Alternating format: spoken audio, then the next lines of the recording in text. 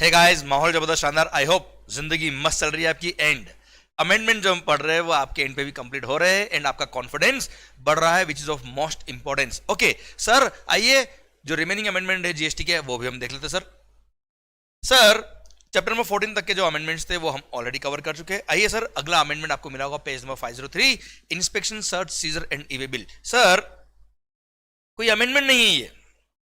Sir समन जो issue होता है, समन जो इशू होता है साहब, उसके लिए जो गाइडलाइंस थी उसके लिए डिपार्टमेंट ने इंस्ट्रक्शन इशू किया था।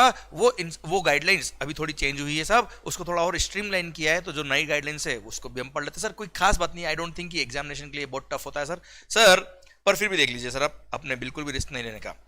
Sir guidelines on issuance of summons, instruction number 3 of 2022-23 GST investigation dated 17th of August 2022. CBIC has issued guidelines from time to time to ensure that summons provisions are not misused in the field. Accordingly, CBIC desires that the following guidelines must be followed in the matters relating to investigations under the CGST. Okay, sir ये guidelines follow करना चाहिए department को while issuing the summon. Okay, सबसे पहली बात, power to issue summon are generally exercised by the superintendents. Sir generally superintendent के पास power होता है, ऑल्दो समन जो इश्यू करता है वो हायर ऑफिसर करता है, पर फिर भी यहां बोल दिया क्या, डेप्यूटी कमिश्नर या असिस्टेंट कमिश्नर या उसके अबव रैंक वाले ऑफिसर का एक प्रायर रिटर्न परमिशन उस ऑफिसर को लेना पड़ेगा to before issue the summon. और अगर प्रैक्टिकली पॉसिबल नहीं हो पा रहा है रिटर्न परमिशन लेना, उस टाइम पे मान लो एसीडीसी इज आउटसाइड या कहीं किसी और डेस्टिनेशन पे साहब, तो ऐसे केस में सर टेलीफोनिक या ओरल कम्युनिकेशन कर लीजिए and as soon as possible उसको रिटर्न परमिशन की फॉर्म में ले लीजिए सर। ठीक है, ये पॉइंट 1 एक बार पढ़ लीजिए, पॉइंट 1 और 2 मैंने पढ़ाया आपको। Power to issue summons are generally exercised by superintendents through दो higher officers may also issue the summons. Summons by superintendent should be issued after obtaining prior written permission from an officer not below the rank of assistant commissioner or deputy commissioner of GST with the reasons for issuance of summons to be recorded in writing. आप reasons लिखेंगे, officer reason लिखेगा, इन reason की वजह से मुझे समन issue करना है। Second, where for the operational reason if it is not possible to obtain the prior written permission, then oral और telephonic permission from such officer must be obtained and the same should be reduced to writing and intimated to the officer according to such permission at the earliest opportunity. Clear, done. देखिए sir point number 3 में क्या लिखा है, क्या guideline बोलता है sir, in all cases where summons are issued the officer issuing summon should record in file about the appearance और non appearance of the summoned person and place a copy of the statement recorded in file. Sir जो भी statement record किया उसका statement recorded file में होना चाहिए, plus वो appear हुए कि नहीं हुए समन पर्सन, ये भी उसको लिखना पड़ेगा फाइल में। अच्छा सर आगे बात करेंगे, अगर आप समन पे अपीयर नहीं होते, बुलावा आया है, माताजी ने बुलाया है साहब, ध्यान देना बहुत भारी बात है इसमें।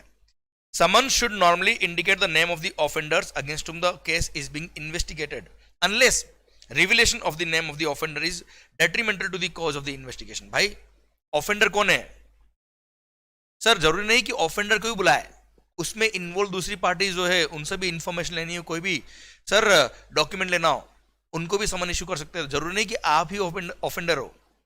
क्लियर, हो सकता है आपके पास कुछ इंफॉर्मेशन हो जो उस केस के लिए यूजफुल हो सकती है, तो भी आपको समन इशू करके डिपार्टमेंट के ऑफिसर बुला सकते हैं सर आपको। तो ऐसे केस में नेम ऑफ द ऑफेंडर लिखेंगे समन में, हाँ है ना, सो दैट जो जिसको समन लिख रहे हैं उसको पता तो रहे कि बुला क्यों रहे sir.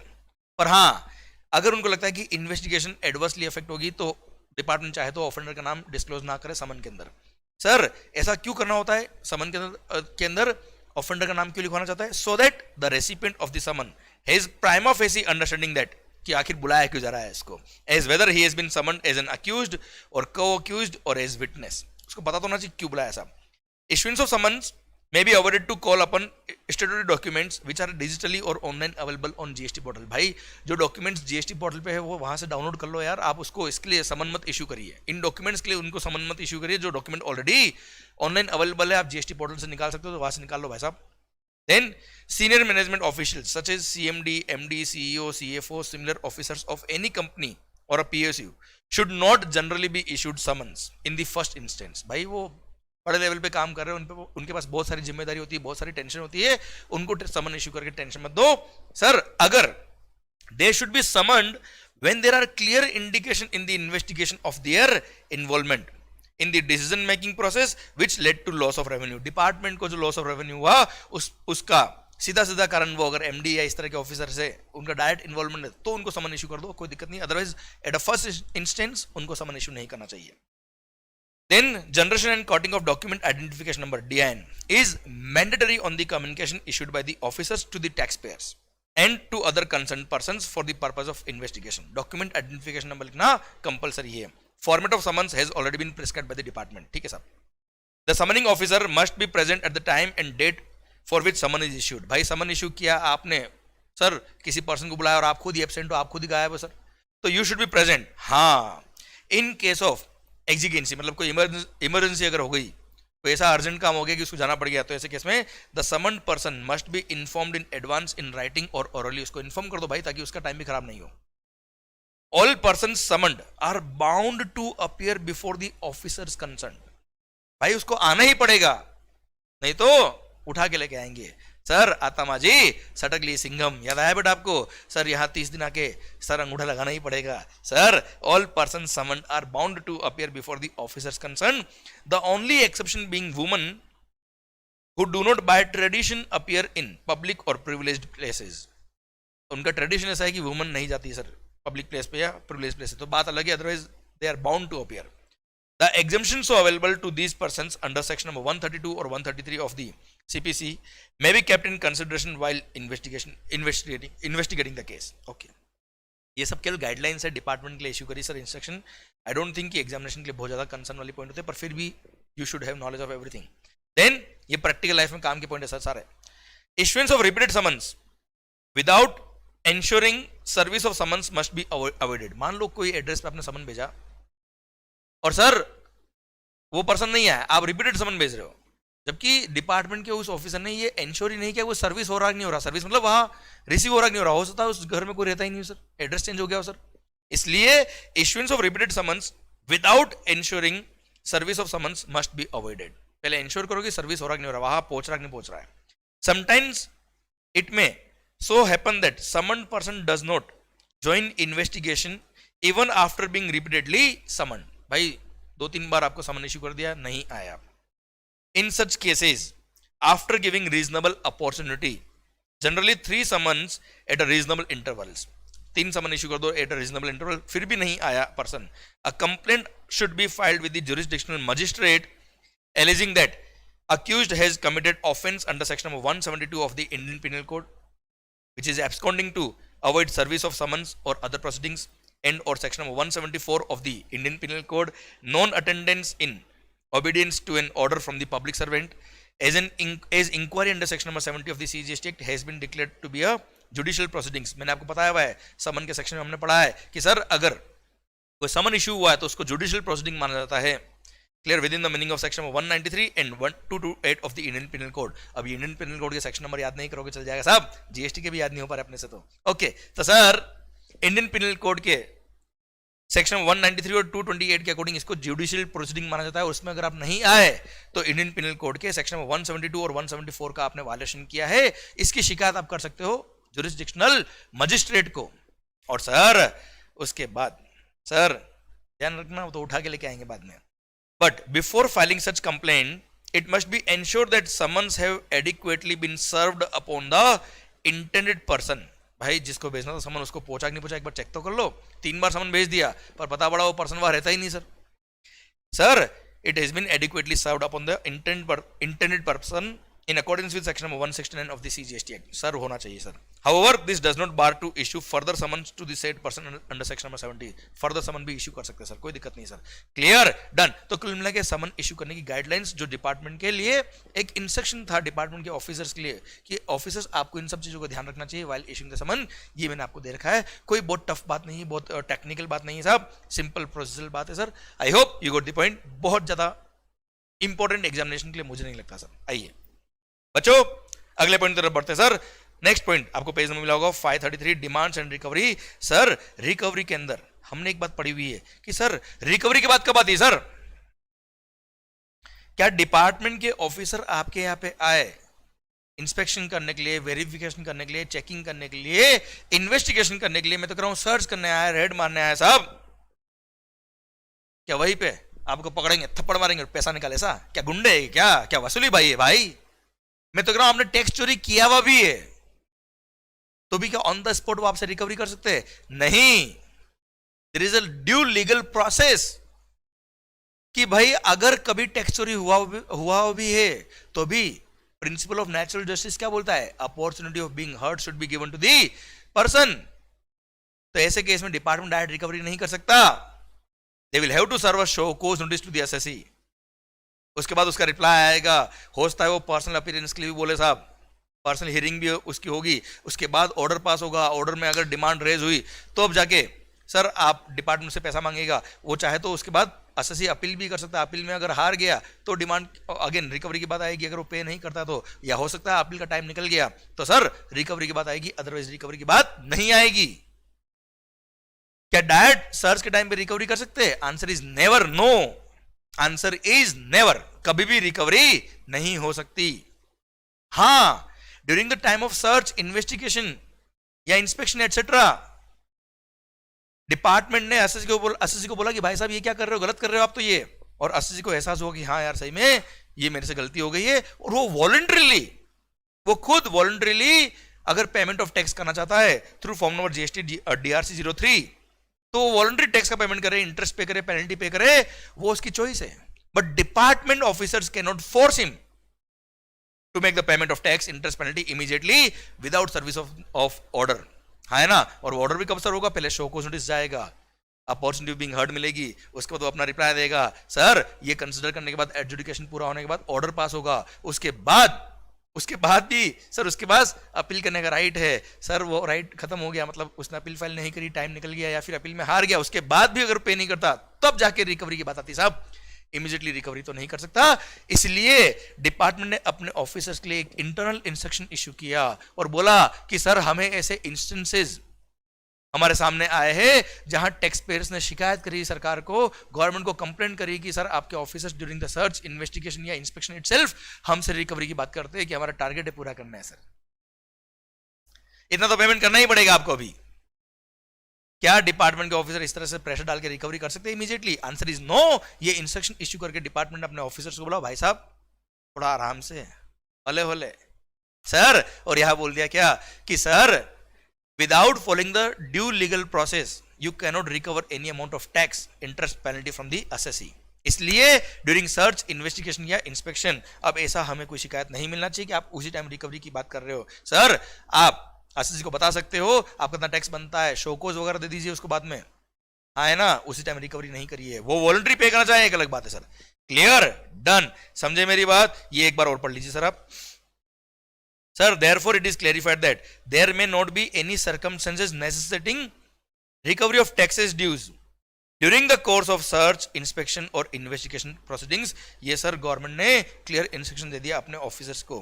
However, there is no bar on the taxpayer for voluntary making payment of tax on the basis of ascertainment of their liability on non-payment, short levy of taxes before or at any stage of proceedings। मतलब SSC चाहे तो वो खुद voluntary पे करे, वो कोई दिक्कत नहीं है sir. To avoid the burden of more interest as well as penalty under section number 73 और 74।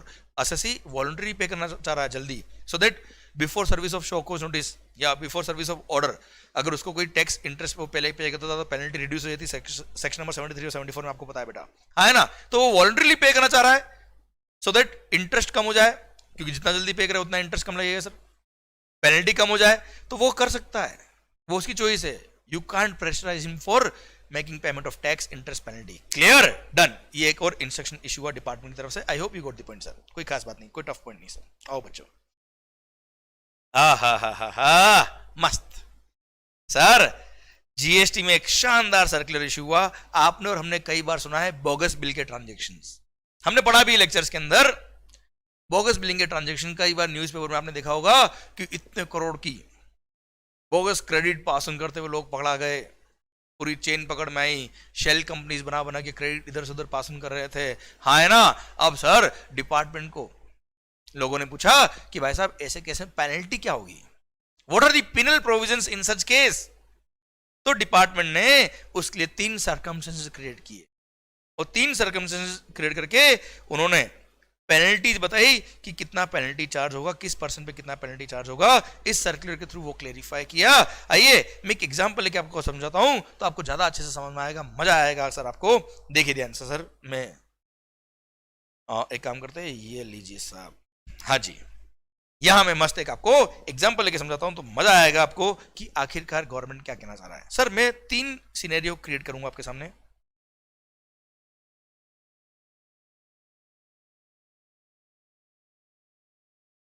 केस नंबर 1, मिस्टर ए ने, मिस्टर मान लो, मैसेज मान लो, जो मानना है मान लो, बी को फेक इनवॉइस। अच्छा, फेक इनवॉइस का मतलब क्या है?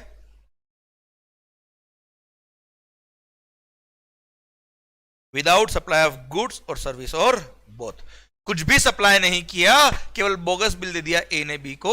मान लो 10 करोड़ का वैल्यू था, उस पे 18% टैक्स था, 1 करोड़ 80 लाख जीएसटी था, टोटल 11 करोड़ 80 लाख का बिल दे दिया ए ने बी को। और सर कुछ गुड्स या कुछ सर्विसेज सप्लाई नहीं हुई और बी ने ए को सर चेक से पेमेंट कर दिया, ऑनलाइन पेमेंट कर दिया, 1 करोड़ 18 लाख पे कर दिया। और सर इधर से बी ने क्या कर दिया, 18 लाख का क्रेडिट ले लिया और उधर से ए ने अपने अकाउंट से कैश विड्रॉ करके या जो भी कैश का अरेंजमेंट उसके पास था उसने भेज दिया किसको, मिस्टर बी को। तो दैट मिस्टर बी का पैसा एक नंबर में गया और कैश में वापस आ गया उसके पास में, और जीएसटी की क्रेडिट उसको मिल गई बी को। ये बोगस बिल के ट्रांजैक्शंस। अभी केस नंबर 1 सर, अब ऐसे केस में क्वेश्चन ये आता है कि ए ने विदाउट सप्लाई ऑफ गुड्स और सर्विस और बोथ इनवॉइस इश्यू किया टू मिस्टर बी। क्लियर? तो सर पहला क्वेश्चन तो ये, एक एक करके बात करेंगे सर हम। पहला क्वेश्चन ये कि मिस्टर ए पर क्या पेनल्टी के प्रोविजंस अट्रैक्ट होंगे या नहीं होंगे, होंगे तो कौन से सेक्शन में होंगे और क्या होंगे सर। ओके सर, तो जो बोगस बिल इश्यू कर रहा है उस पे क्या होगा। पहली बात तो ये, डिपार्टमेंट ने सर्कुलर के थ्रू समझाया कि ए ने सिंस बी को कोई सप्लाई नहीं किया, कोई गुड्स और सर्विसेज सप्लाई नहीं करी, it is sir mere issuance of invoice by A to B. So सबसे पहली बात, कोई ट्रांजैक्शन ऐसा हुआ ही नहीं जो सप्लाई के स्कोप में आ रहा है। And once it is not supply, once it is not supply, कोई सप्लाई नहीं है, तो once if there is no supply then there is no levy. If there is no levy of GST then there is no point of any liability of GST। समझना बात को ध्यान से। Since there was no supply of goods or service or both, so there is no levy of GST. If there is no levy of GST, then there is no liability of GST। तो केवल bill issue करने की वजह से GST का liability तो नहीं आ रहा। अब जीएसटी का लायबिलिटी नहीं आ रहा तो there is no point of applicability of section number 73 और 74। सेक्शन नंबर 73 और 74 अट्रैक्ट नहीं होंगे। इसका लॉजिक क्या है? सेक्शन नंबर 73 74 कब लगता है? Short levy, non levy, short payment, non payment या एरोनियस रिफंड। जब लेवी नहीं हुआ there is no point of short levy, non levy, short payment, non level या सर एरोनियस रिफंड, कोई ऐसा मैटर नहीं है। इसलिए सेक्शन नंबर 73 और 74 अट्रैक्ट नहीं होंगे। भाई साहब एक बात तो शायद आपको ये समझ में आ गई। तो सर अब क्या होगा? चिंता ना करें, ऐसे केस में सेक्शन नंबर 122 सबसेक्शन 1 जिसमें 21 इंस्टेंसेस दे रखे थे, 21 केसेस कि इन 21 में से कोई भी अगर इन 21 में से कोई भी अगर आपने ऑफेंस किया तो पेनल्टी लगेगा। सेक्शन नंबर 122 में लिखा था सर अपने चैप्टर नंबर 23 का। सर फर्स्ट सेक्शन यही था जिसमें लिखा था मिस्टेक के केस में 10% of tax involve ₹10,000 whichever higher is the penalty. और अगर मिस्टेक का केस नहीं था, फ्रॉड इन्वॉल्व था, intent to evade payment of tax था, तो 100% ऑफ टैक्स इन्वॉल्व और ₹10,000 whichever higher is the penalty वो लगेगा। ये क्लोज नंबर 2 में लिखा था कि अगर आपने विदाउट सप्लाई ऑफ गुड्स और सर्विस और both, without supply of goods और सर्विस और बोथ अगर आपने कोई इनवॉइस इश्यू किया है तो ऐसे केस में पेनल्टी लगेगा under section number 122 subsection 1 clause 2 का ऑफेंस है ये। और वहां पेनल्टी लिखा है कितना? 100% ऑफ टैक्स इन्वॉल्व।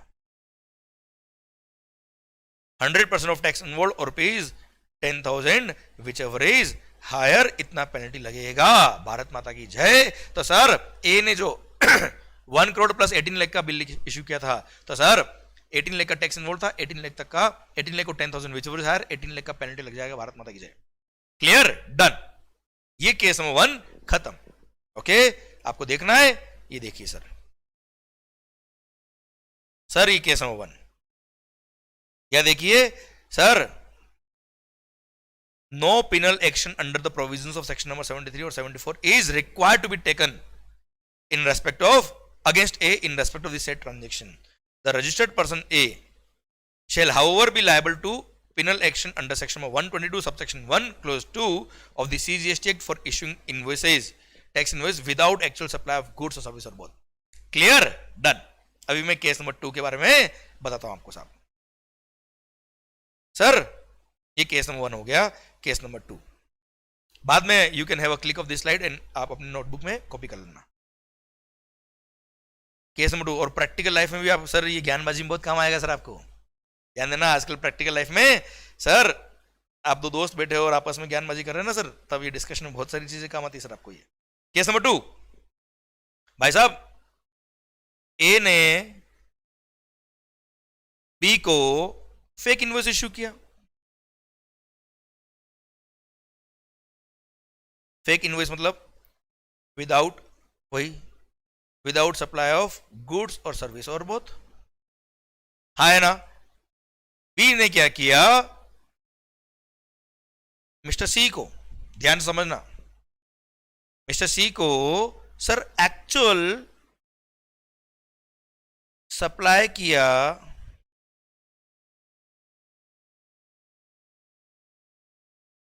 बी ने सी को एक्चुअल सप्लाई ऑफ गुड्स और सर्विस और बोथ किया।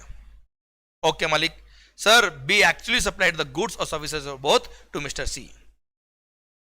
क्लियर, अब एक्चुअली सप्लाई किया तो उसके लिए इन्होंने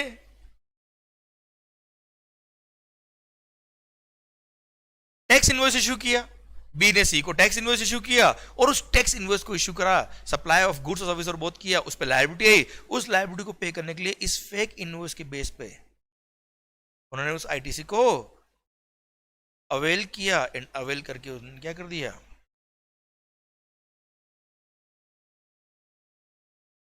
अवेल्ड एंड यूटिलाइज्ड। सर ए ने बी को फेक इनवॉइस इश्यू किया, बी ने उस फेक इनवॉइस के बेस पर आईटीसी अवेल किया, और सर जब एक्चुअल सप्लाई किया मिस्टर सी को, तब उस एक्चुअल सप्लाई पे जो लायबिलिटी थी, उस लायबिलिटी को पे करने के लिए उस फेक इनवॉइस के बेस पे जो क्रेडिट लिया था उसको यूटिलाइज किया और बैलेंस अगर लायबिलिटी थी तो पे कर दिया। भारत माता की जय। कुल मिला के अब क्वेश्चन आता है, ये हमारे भाई साहब बी का क्या होगा, अब तेरा क्या होगा कालिया, इस पे क्या पेनल एक्शन कुछ लगेंगे कि नहीं लगेंगे, पेनल्टी वगैरह कुछ है कि नहीं है। अब हम बात कर रहे हैं मिस्टर बी की। ए की बात तो मैं कर चुका, ये भाई साहब ए तो section number 122 sub section 1 clause 2 में पेनल एक्शन के लिए लायबल है, क्लोज नंबर केस नंबर 1 में। केस नंबर 2 में बात कर रहा हूं मैं अब मिस्टर बी के बारे में। मिस्टर बी का क्या होगा, अब सुनना बच्चों ध्यान से। क्लोज नंबर केस नंबर 2 में मिस्टर बी का सर एक्चुअल लायबिलिटी था, वो एक्चुअल लायबिलिटी उसने पे किया यूजिंग दिस आईटीसी। सबसे पहली बात सर, आईटीसी अवेल करने की कंडीशंस याद करो, section number 16 subsection 2 ITC chapter section number 16 subsection 2 में बोला है ये 6 कंडीशंस पूरी होगी तो क्रेडिट मिलता है, वरना क्रेडिट नहीं मिलता है। First condition, tax paying document, tax invoice, debit note और एनी अदर प्रिस्क्राइब्ड डॉक्यूमेंट आपको रिसीव होना चाहिए, आप उसकी पोजीशन में होना चाहिए बेटा। सेकंड सर, सप्लायर ने अपना जीएसटीआर 1 या इनवॉइस फर्निशिंग फैसिलिटी यूज करके इनवॉइसेस फर्निश किए होने चाहिए एंड वो आपके जीएसटीआर 2B में रिफ्लेक्ट होना चाहिए। वो भी हो रहा है साहब, बिल भी आ गया, 2B में भी रिफ्लेक्ट कर रहा है साहब। क्लोज में भी एक बार छोड़ो सर। नेक्स्ट कंडीशन क्या थी सर, चलो बोल देता हूं, गुड्स और सर्विस और बोथ मस्ट बी रिसीव्ड, वो रिसीव नहीं हुआ। नेक्स्ट क्या था सर, वो क्रेडिट आपके इन एलिजिबल क्रेडिट या रेस्ट्रिक्टेड क्रेडिट के टेबल में नहीं आना चाहिए, नहीं आ रहा साहब। फिर सप्लायर ने टैक्स पे कर दिया होना चाहिए, सप्लायर ने टैक्स पे कर दिया, और रेसिपिएंट ने अपना रिटर्न फाइल कर दिया होना चाहिए, वो भी हो गया। पर जो क्लोज नंबर बी था, जो कंडीशन नंबर 3 थी कि सर गुड्स और सर्विस और बोथ मस्ट बी रिसीव्ड, वो सेटिस्फाई नहीं होती क्योंकि बोगस बिल था। एक्चुअल सप्लाई ऑफ गुड्स और सर्विस और बोथ तो कुछ हुआ ही नहीं, कुछ सर्विस या गुड्स तो रिसीव हुआ ही नहीं, ये तो केवल बोगस बिल था। अब साहब विदाउट रिसीट ऑफ गुड्स और सर्विस और बोथ आप क्रेडिट अवेल ही नहीं कर सकते। तो जो आपने ये क्रेडिट अवेल किया, सॉरी आपने जो क्रेडिट अवेल करके यूटिलाइज किया, this is wrongly availed credit which you have utilised. Clear? और सर आपको पता है रॉन्ग अवेल्ड क्रेडिट को आपने यूज किया तो इसका मतलब लायबिलिटीज आपने गवर्नमेंट को पे करी, इस टैक्स इनवॉइस को पे करते हो, इस टैक्स इनवॉइस की लायबिलिटी को पे करने के लिए जो क्रेडिट यूज किया वो गलत यूज किया। It means you have short paid the liability to the government. मान लो 2 करोड़ का टैक्स लायबिलिटी था, 1 करोड़ 2 करोड़ का टैक्स लायबिलिटी था, 1 करोड़ 18 लाख का आपने आईटीसी अवेल किया था जो रॉन्ग था बेटा, और रिमेनिंग 82 लाख आपने टैक्स पे किया था गवर्नमेंट को, तो 1 करोड़ 18 लाख आपने गलत आईटीसी यूज किया, मतलब आपने गवर्नमेंट को शॉर्ट पेमेंट किया 1 करोड़ 18 लाख का। और शॉर्ट पेमेंट ऑफ टैक्स अगर होता है तो वो सर सेक्शन नंबर 74 में फॉल करता है। Section number 74 sir short payment of tax, non payment of tax, short levy of tax, non levy of tax या एरोनियस रिफंड के केस में सेक्शन नंबर 74 अट्रैक्ट होता है। और सेक्शन नंबर 74 बोलता है क्या, 100% ऑफ टैक्स इन्वॉल्व। तो कितना आपने शॉर्ट पेमेंट किया था, 1 करोड़ 18 लाख मेरे एग्जांपल में, तो 1 crore 18 lakh will be the amount of penalty on Mister B. Clear? तो सेक्शन नंबर 74 की पेनल्टी लगेगी। सर फर्दर आगे हमने सेक्शन नंबर 75 में पढ़ा हुआ है कि अगर आप पर सेक्शन नंबर 73 या 74 में कोई पेनल्टी लग गई है तो इस एक्ट के किसी और प्रोविजन में कोई भी पेनल्टी दे रखी, वो पेनल्टी आप पर अप्लाई नहीं होगी। इसलिए sir wrong availment of ITC on the basis of fake invoice, ये section number 122 subsection 1 clause number 7 में भी ये ऑफेंस लिखा हुआ है, पर सेक्शन 122 की पेनल्टी आप पे नहीं लगेगी। उसका कारण क्या है, 74 का पेनल्टी अगर लग गया तो किसी और सेक्शन का कोई और पेनल्टी आप पे नहीं लग सकता सर। क्लियर? तो इस केस में मिस्टर बी पर ये जो पेनल्टी का अमाउंट मैंने बताया सेक्शन नंबर 74 का ये लगेगा। अच्छा, मिस्टर ए पे क्या पेनल्टी लगेगा वो हमने बात कर ली, section number 122 subsection 1 clause 2। Mister B पे क्या पेनल्टी लगेगा, सेक्शन नंबर 74 का पेनल्टी लगेगा साहब, शॉर्ट पेमेंट ऑफ टैक्स वाला। क्लियर? डन। ये भी आप चाहे तो देख लीजिए यहां पर। सर ये केस नंबर 2, इसमें इसी के बारे में बात कही है जो मैंने सेक्शन नंबर 16(2)(b) का रेफरेंस दिया था, आपने रॉन्ग आईटीसी अवेल किया साहब।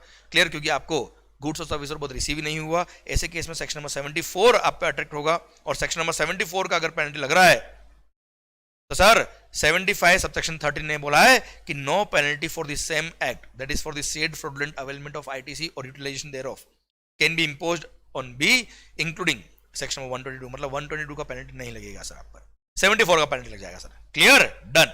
अब लास्ट केस एक और केस नंबर 3, उसके बारे में भी बात कर लेते हैं हम। आओ मालिक। सर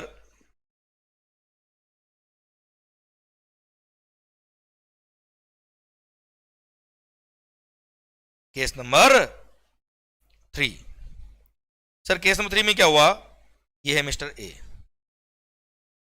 ए ने क्या किया, बी को फेक इनवॉइस इश्यू किया।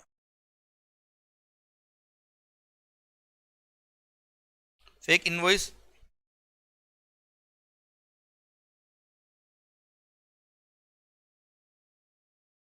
विदाउट सप्लाई ऑफ गुड्स और सर्विस और बोथ। बी ने क्या किया भाई साहब, केस नंबर 3 बता रहा हूं मैं आपको, बी ने भी सी को अगेन फेक इनवॉइस इश्यू किया।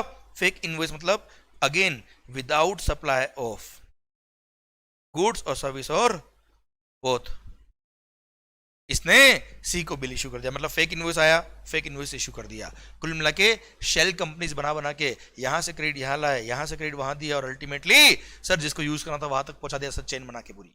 तो क्वेश्चन ये आता है कि अब ऐसे केस में मिस्टर बी पर क्या पिनल एक्शन होंगे, क्या पेनल्टी लगेगी कि नहीं लगेगी, कि क्या होगा साहब। अच्छा, केस नंबर 2 और 3 में फर्क क्या है बेटा, what is the difference in case number 2 and 3? In case number 2 be had actually supplied the goods और सर्विस और both, and against that actual supply जो लायबिलिटी आई थी उस लायबिलिटी को पे करने के लिए उसने आईटीसी रॉन्गली अवेल करके रॉन्ग आईटीसी अवेल करके उसको यूज किया था। केस नंबर बी में, केस नंबर 3 में ए ने फेक इनवॉइस इश्यू किया बी को, और बी ने भी आगे फेक इनवॉइस इश्यू किया। उसने कुछ एक्चुअल सप्लाई नहीं किया, एक्चुअल सप्लाई नहीं किया, और सर उस बिल के बेस पे जो लायबिलिटी थी, उस लायबिलिटी को पे करने के लिए उसने उस फेक इनवॉइस के बेस पे जो क्रेडिट लिया था, इस फेक इनवॉइस के क्रेडिट को यूज किया इस फेक इनवॉइस की लायबिलिटी को पे करने के लिए।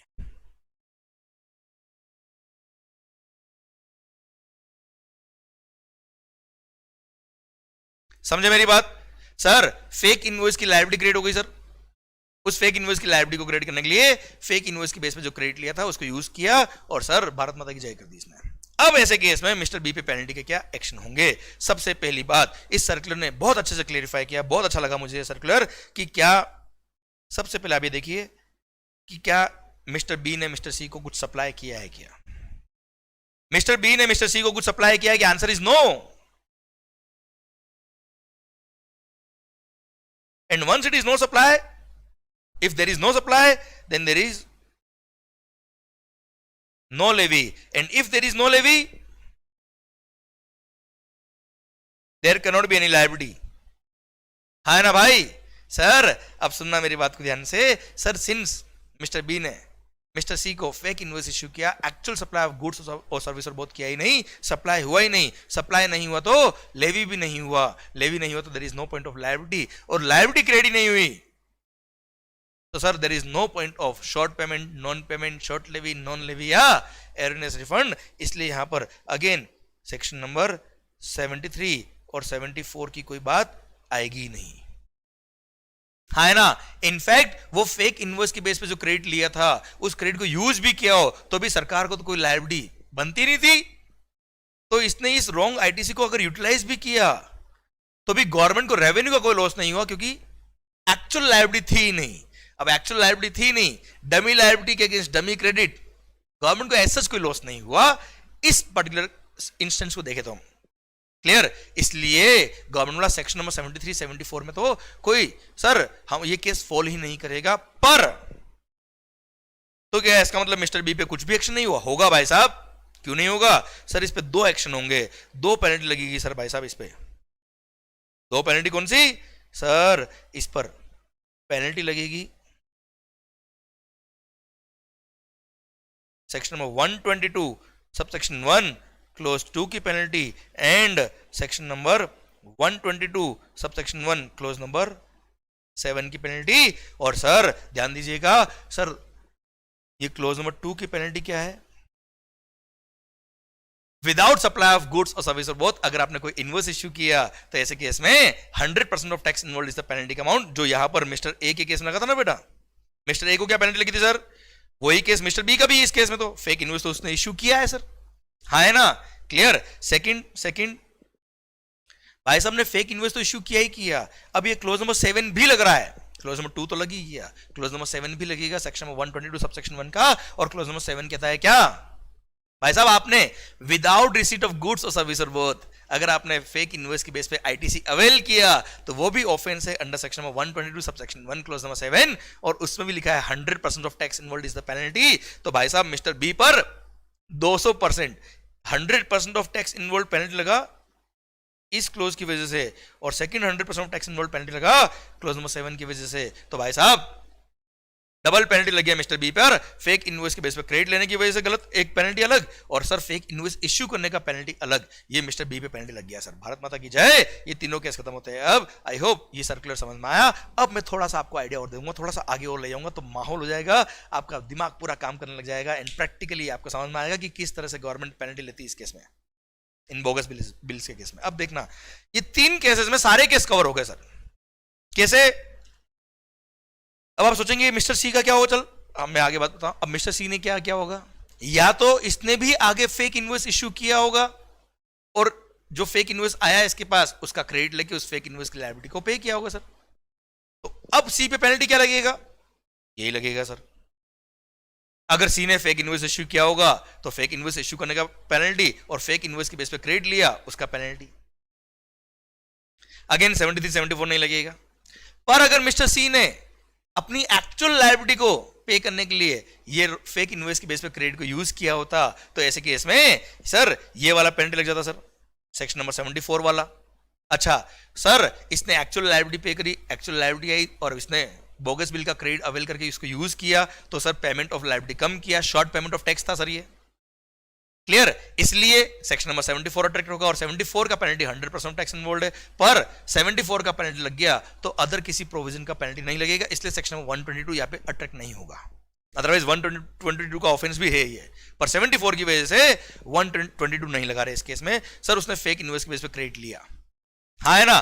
तो सर कहने का मतलब ये जो फेक इनवॉइस इश्यू कर रहा है उस पे इसका पेनल्टी, फेक इनवॉइस के बेस पे क्रेडिट अवेल करके एक्चुअल लायबिलिटी को पे करने के लिए वो क्रेडिट यूज कर रहा है तो सर 74 का पेनल्टी, और फेक इनवॉइस इश्यू करके फेक इनवॉइस के बेस पे क्रेडिट ले रहा है और फेक इनवॉइस इश्यू कर रहा है और उस फेक इनवॉइस की लायबिलिटी को फेक इनवॉइस के आईटीसी को यूज करके पे कर रहा है तो साहब ऐसे केस में ये दो पेनल्टी इस पे लगेगा। तो सर अगर पूरी चेन में बहुत सारे लोग इन्वॉल्व है तो सारे ही केसेस इसमें कवर हो जाएंगे। जो फेक इनवॉइस लेके फेक इनवॉइस इश्यू कर रहे हैं उस पे ये दो पेनल्टी लगेगा, क्लोज नंबर 2 और क्लोज नंबर 7 वाला। जो फेक इनवॉइस इश्यू कर रहे हैं केवल उन पे क्लोज नंबर 2 का पेनल्टी लगेगा। जो फेक इनवॉइस के बेस पे क्रेडिट अवेल करके एक्चुअल लायबिलिटी को पे कर रहे हैं और उस क्रेडिट को यूज कर रहे हैं उन पे 74 का पेनल्टी लगेगा। सर ये पूरी चेन एंड टू एंड इसमें कवर हो जाएगी सर। इसी के साथ भारत माता की जय। ये सर्कुलर शायद आपको समझ में आया। प्लस इसके बाद एक बात और कही गवर्नमेंट ने, साहब ये तो पेनल्टी की बात हमने कही है, फिर हमने सेक्शन नंबर 132 पढ़ा था बेटा जिसमें जेल के प्रोविजंस थे, है ना। सेक्शन 132 में भी लिखा हुआ है अगर आप फ्रॉडुलेंट एक्टिविटी करते हो, रॉन्ग आईटीसी अवेल करते हो तो ऐसे केस में सर वो याद है मॉनेटरी लिमिटेशन, अगर अमाउंट इन्वॉल्व 1 करोड़ से ज्यादा है तो इतना जेल, मोर देन 1 करोड़ है सर अप टू 5 करोड़ है। अरे हाँ है ना, क्या होगा बेटा सर 5 साल तक की जेल वगैरह याद है, मोर देन 5 करोड़ अगर टैक्स इन्वॉल्व है तो सर तो 132 का इंप्रिजनमेंट तो है ही है, ये पेनल्टी की हमने बात करी है सर। प्लस एक और सेक्शन तुम्हें बताता हूं, सेक्शन नंबर 122 सबसेक्शन 1A जिसमें हमने पढ़ा था कि सर ये जो फेक इनवॉइसिंग वाला जो चेन बना रखा है इसके पीछे कोई एक मास्टरमाइंड है who has retained the benefit out of these bogus transactions, और जिसके इंस्टेंसेस भी ये ट्रांजैक्शन आपने किए। मान लो कोई कंसल्टेंट था जिसने सारी बोगस कंपनीज बनवा के इस तरह का ट्रांजैक्शन करके आईटीसी इधर से उधर फ्लो करवाया एंड उसने कुछ बेनिफिट रिटर्न किया इसके थ्रू, इन ट्रांजैक्शन के थ्रू। तो ऐसे केस में the person who at whose instance these transactions were conducted and who has retained the benefit out of these transactions, उस पे भी पेनल्टी है सेक्शन 122 सबसेक्शन 1A की, और वो भी कितनी है 100% ऑफ बेनिफिट इन्वॉल्व। इतना पेनल्टी उस मास्टरमाइंड पे भी लगेगा। तो इस सर्कुलर ने ये सारी बातें कर दी बेटा, क्लियर डन। शायद ये मेरी बात आप तक पहुंच गई सर। ये देखिए इस सर्कुलर ने ये पॉइंट नंबर 3 में ये समझाया हुआ था कि इस पर्सन पर 121 सबसेक्शन 2 सॉरी वापस बोलता हूं, section 122 subsection 1 close number 2 and section 122 subsection 1 close number 7 का पेनल्टी लगेगा। जो बोगस बिल ले रहा है, बोगस बिल का के बेस पे क्रेडिट ले रहा है और आगे भी बोगस बिल इश्यू कर रहा है उस पर, क्लियर डन। प्लस यहां पे सेक्शन 122 सबसेक्शन 1A का रेफरेंस भी दे दिया कि जो person any person who has returned the benefit of transactions specified in section 122 subsection 1A and at whose instance such transactions are conducted shall also be liable to penal action, 100% tax involved. Plus these offenses are also covered in section 132, वहां पे imprisonment के provision अलग दे रखे, वो भी attract होंगे, clear done. ये भारत माता की जय। और इसी के साथ आपको ये सर्कुलर पूरा शायद समझ में आ गया बच्चों। I hope you got the entire point. Sir बताओ सर्कुलर समझ में आया, बोगस बिल के ट्रांजैक्शन समझ में आया सर आपको, clear. And sir how is the जोश, हाई सर, हाई ही होना चाहिए आपका जोश, क्योंकि जिनका जोश हाई होता है उनको सक्सेस जल्दी मिलती है साहब। ओके सर फिर ये चैप्टर नंबर 24 में ये section number 168 power to issue instructions और डायरेक्शंस, इसमें कमिश्नर का एक रेफरेंस दे रखा था सर, जिसमें यहाँ पे सबसेक्शन 2 ऑफ सेक्शन 38 का रेफरेंस यहाँ से हटा दिया सर। ये ऑफिसर्स के की पावर के रिगार्डिंग बात करके ये आपके एग्जामिनेशन पर्पस के लिए रेलेवेंट नहीं, तो आप इसको नहीं देखेंगे चल जाएगा सर, क्लियर ठीक सर, इसको नहीं देखने का, नहीं रेफर करने का। Okay done. तो सर इसी के साथ जीएसटी के सारे अमेंडमेंट खत्म होते हैं। अब सर कस्टम्स के अमेंडमेंट बचे, वो भी तुम्हें बताता हूं, केवल 2 अमेंडमेंट है। एक तो import of goods at concessional rate of duty rules replace हुए सर, क्योंकि इसके अंदर थोड़ा सा चेंज हुआ है सर, उसकी वजह से पूरा रिप्लेस करना पड़ा, बता दूंगा, बहुत भारी बात नहीं है। और एक इलेक्ट्रॉनिक कैश लेजर के रिगार्डिंग कुछ बात यहाँ लिखी है सर, कस्टम्स के इलेक्ट्रॉनिक कैश लेजर की, क्लियर, बस और कोई अमेंडमेंट नहीं है सर। पर ये कस्टम्स के अमेंडमेंट जो है वो हम नेक्स्ट सेशन में देख लेंगे सर। तब तक के लिए आप एक बार सर ये जीएसटी का जो मैंने सर्कुलर पढ़ाया है ये जरूर एक बार आप कॉपी कर लीजिए sir, please have a click of this slide, और उसके बाद आपको आपके नोटबुक में इसको कॉपी करना, क्योंकि इसके बेस पे न्यूमेरिकल क्वेश्चन बन सकता है एग्जाम में, बनना भी चाहिए, क्योंकि प्रैक्टिकल लाइफ में बहुत काम का पॉइंट है। एंड हर एक सीए, हर एक स्टूडेंट जो सीए बनने वाला है, कंसल्टेंट बनने वाला है सर, उसके काम आने वाला है sir. Please have a click of this slide and copy करिए अपने नोटबुक के अंदर। आप पॉज कर दो लेक्चर को, you can have a click of this slide, पर नोटबुक में नोट जरूर करना, ये क्वेश्चन बन सकता है, और प्रैक्टिकल लाइफ में तो काम आएगा ही आएगा, क्वेश्चन बने या ना बने सर। डन।